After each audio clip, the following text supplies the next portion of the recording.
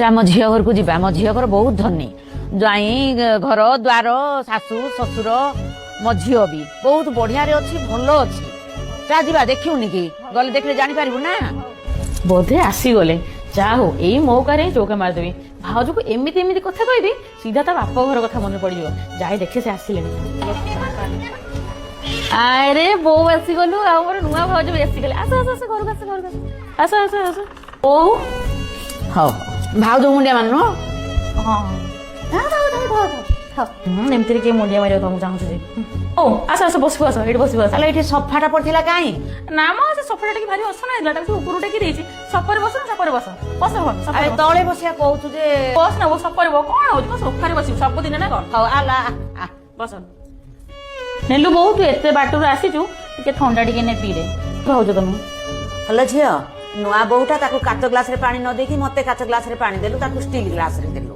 ସେ ଖରାପ ଭାବନି କି? ତୁ ବୋଉ ପିଇ ମ, ତୋ ପାଇଁ ଏତେ କଥା ଚିନ୍ତା କରୁଛୁ। ଭାଉଜଙ୍କର ଅଭ୍ୟାସ ଥିବ ହେଲା, ସିଏ ତ ଏମିତି ଷ୍ଟିଲ ଗ୍ଲାସରେ କେତେ ପାଣି ପିଉଥିବେ, କୋଉ କାଚ ଗ୍ଲାସରେ ପାଣି ପିଇବା ସେ କେବେ ଜାଣିଥିବେ? ତୁ ପିଇ, ତାଙ୍କ ସେ ସବୁ ରାଜେଶ ହେଇଯିବ ହେଲା। ଭାଉଜ ତମେ ନୂଆ ଭାଉଜରେ ମତେ କହିବାକୁ ଭଲ ଲାଗୁନି, କିନ୍ତୁ ଆଜି କହିବାକୁ ମୁଁ ବାଧ୍ୟ ହଉଛି।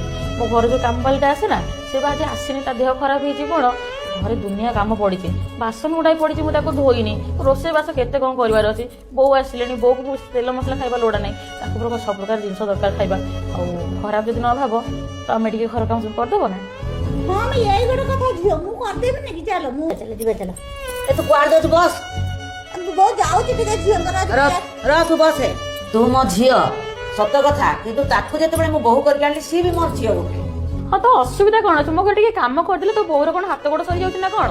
ମୋର ସେ ନୂଆ ବୋହୁଟା, ମୁଁ ତାକୁ ବୁଲେଇବାକୁ ଆଣିଥିଲି ଝିଅ ଘରକୁ। ତୁ ଆସିଲା ସାଙ୍ଗେ ସାଙ୍ଗେ ତାକୁ କାମ ଦାମ ବତେଇ ଦେଇଛୁ, ଆଉ ପ୍ରତି ବ୍ୟବହାର ବି ଖରାପ କରୁଛୁ। ତୋର ଏଇ ଗୋଟିଏ ଗୁଣ ଖରାପ ଯୋଗୁଁ ମତେ ଭଲ ଲାଗୁନି।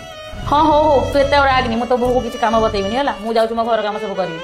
ମାଟେ ହେଇକି ଟିକେ ଝିଅର କାମ କରିଦେଲା ବେଳକୁ ମୋ ମାଟେ ରାଗିକି ନିଆ ହେଇଯାଉଛି। ଝିଅ ପିଇବା ପାଣି କୋଉଠି ଅଛି ହାଣ୍ଡି? କଣ କହିଲ ଭାଉଜ? ପିଇବା ହାଣ୍ଡି ପାଣି? ଏଇଟା ତମ ଗାଁ ନୁହଁ ଯେ ହାଣ୍ଡିରୁ ପାଣି ଧରା ହୁଏ। ଏଠି ଆମର ଗୋଟେ ଆକ୍ୱାଗାର୍ଡ ଲାଗିଛି, ଯୋଉଟା କି ପିଓର ବଢିଆ ସେ ପାଣି ଆସେ। ଯଦି ଜାଣିନ ତାହେଲେ ଦେଖ ସେଟା ଏମିତି ପାଣି ଆସେ ହେଲା। ତୁ କଣ କହୁଛୁ ଝିଅ? ଆକ୍ୱାଗାର୍ଡଟା ତୁ କିଣି ଦେଇଛୁ, ବଡ ଘରେ ବାହା ହେଇଛୁ ବୋଲି ଏତେ ବଡ ବଡ କଥା ତାକୁ ତୁ କହୁଛୁ। ତୁ ପୁଣି ତ ଆମ ଘରେ ପୁଣି ବଡ ହେଇଥିଲୁ, ଆମ ଘରେ କଣ ପିଉଥିଲୁ? ସେଇ ମାଟି ହାଣ୍ଡି ପାଣି ତୁ ପିଉଥିଲୁ। ତୁ ଏମିତି ଧନ ଗର୍ବରେ ବୁଡି ରହିଯାଇଛୁ ଯେ ତୁ ସମ୍ମାନ ଦେବାର ବି ବଡ ମାନଙ୍କୁ ଭୁଲିଗଲୁ। ମୁଁ କେତେ ଆଶା ନେଇକି ତୋ ଘରକୁ ବୁଲେଇବାକୁ ତାକୁ ଆଣିଛି, ଦେଖେଇବି ବୋଲି, ତୁ ତାକୁ ଏତେ ଅସମ୍ମାନ କରୁଛୁ। ତୋର ବୁଦ୍ଧି ଏ ପ୍ରକୃତି ଯୋଗୁ ମୁଁ ତୋ ଘରକୁ ଆସିବା ପାଇଁ ଇଚ୍ଛା କରୁନି। ହେଲେ ମୁଁ ଖୁସି ହେଇଥିଲି ତୋ ଘରକୁ ଆସିଲେ ନୂଆ ବୋହୁଟା ଖୁସି ହବ ବୋଲି। ଆଉ ତୁ ଯଦି ଏ ପ୍ରକାର ଚେଞ୍ଜ ନ ହବୁ, ଏମିତି ଯଦି ଗର୍ବର ସହିତ ରହିବୁ, ତାହେଲେ ଆମେ କେବେ ବି ଆସିବୁନି। ଯା ବୋଉ ଯା। ଗରିବ ଘରୁ ଝିଅ ଆଣିଛି ବୋଲିକି ତାର କଣ ମାନ ସମ୍ମାନ ଇଜ୍ଜତ କିଛି ନାହିଁ? ମୋ ଝିଅ ଏମିତି ଯଦି କହିଦବ ବୋଲି ମୁଁ କଣ ସହିପାରିବି?